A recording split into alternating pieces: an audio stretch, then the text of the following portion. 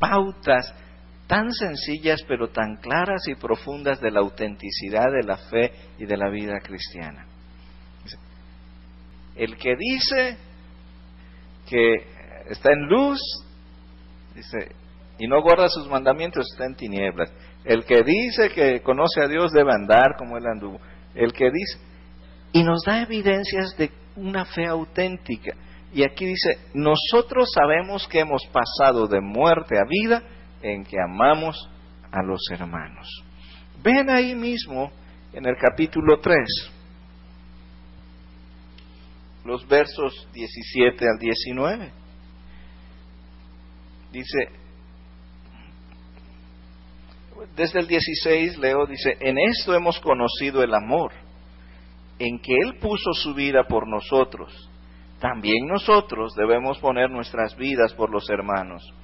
Pero el que tiene bienes de este mundo y ve a su hermano tener necesidad y cierra contra él su corazón, ¿cómo mora el amor de Dios en él? Hijitos míos, no amemos de palabra ni de lengua, sino de hecho y en verdad. Y en esto conocemos que somos de la verdad y aseguraremos nuestros corazones delante de Él. ¿Cuál es la evidencia, según Juan aquí? Amar. Y el amor se va a manifestar en cosas bien concretas. La prueba que da Juan del amor al hermano, ¿cuál es? Ayudarlo en la necesidad.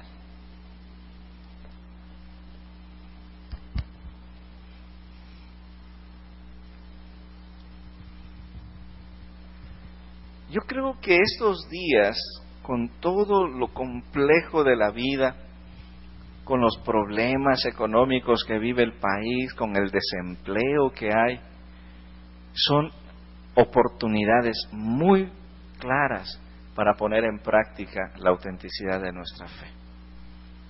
Porque, ¿saben? A veces quizá sacas las últimas moneditas y sabes que es lo último que tienes, pero sabes que hay una necesidad en alguien. ¿Y qué dice la Escritura? ¿Cómo puedes decir que amas a Dios, a quien no ves, si a tu hermano que estás viendo y lo estás viendo en una necesidad, no extiendes tu mano para ayudarlo? Y Juan dice, hijitos, no amemos de palabra ni de lengua, sino de hecho y en verdad.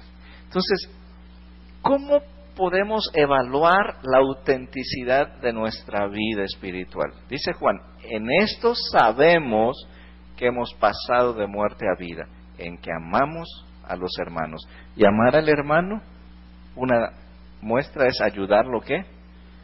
En la necesidad. Como decía, hermanos, creo que estos momentos de tanta necesidad son oportunidades para ser solidarios. Y no es que te sobre, por eso vas a dar, sino compartimos de lo que tenemos. La iglesia de Macedonia fue un ejemplo, lo compartíamos el domingo, ¿no?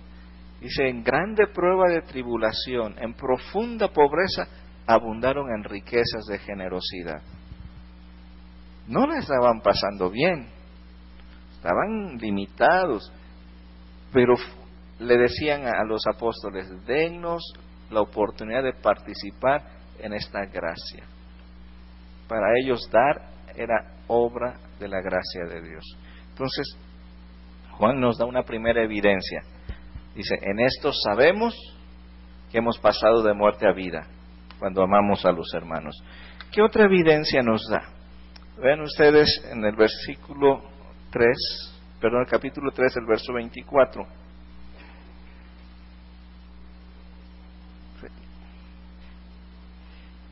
El que guarda sus mandamientos permanece en Dios y Dios en él.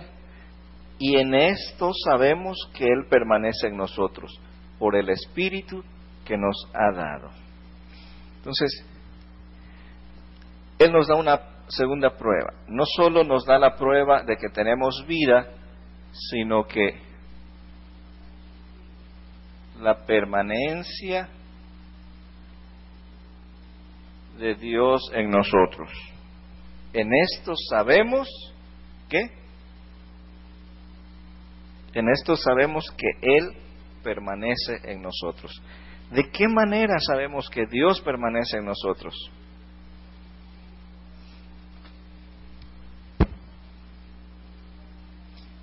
Habla de la presencia del Espíritu Santo.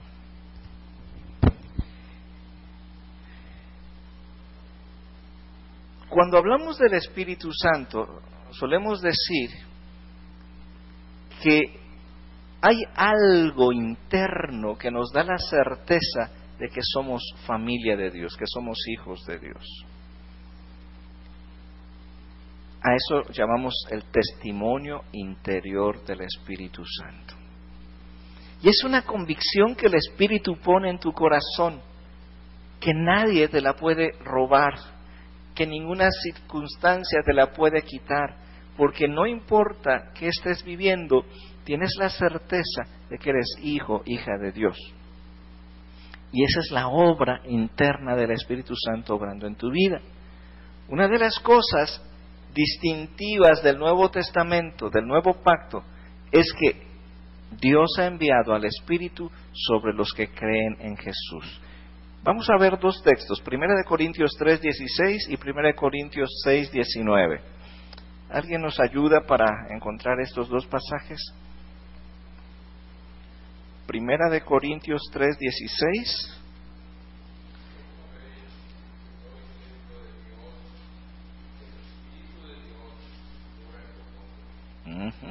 ¿No sabéis que sois qué? Templo de Dios, y que el Espíritu de Dios, ¿qué hace? Mora en vosotros. La idea de morar no es que está de visita, ¿verdad? El verbo morar habla de una presencia continua, permanente. Entonces, ¿cómo sabemos que Dios está en nosotros?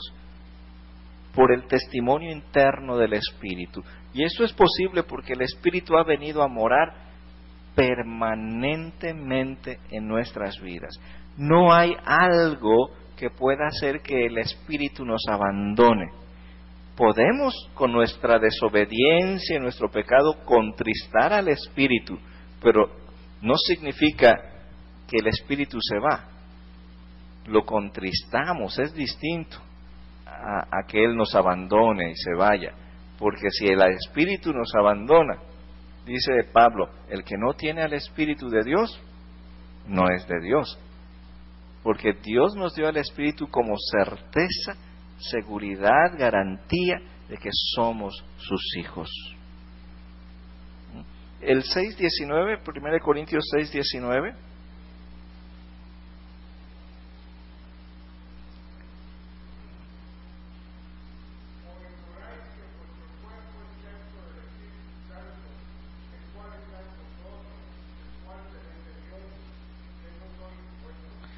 Gracias.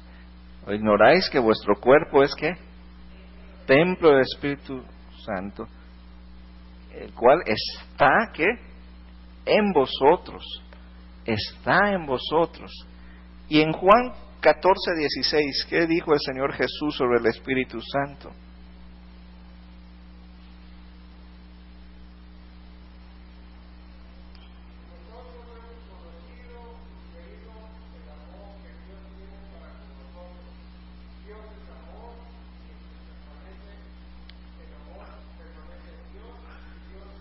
Ok, pero le dice en la primera carta, ¿verdad? Hablaba del Evangelio.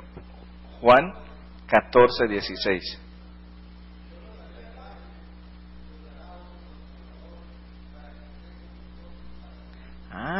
Yo rogaré al Padre para que os dé otro consolador y esté con vosotros, ¿por cuánto tiempo? Para siempre. Entonces, ¿se dan cuenta de esta declaración? El Espíritu mora, está en nosotros. Dice que Jesús rogaba que viniera el Consolador y estuviera con nosotros para siempre. Entonces, es la presencia del Espíritu Santo la que confirma en nosotros que Dios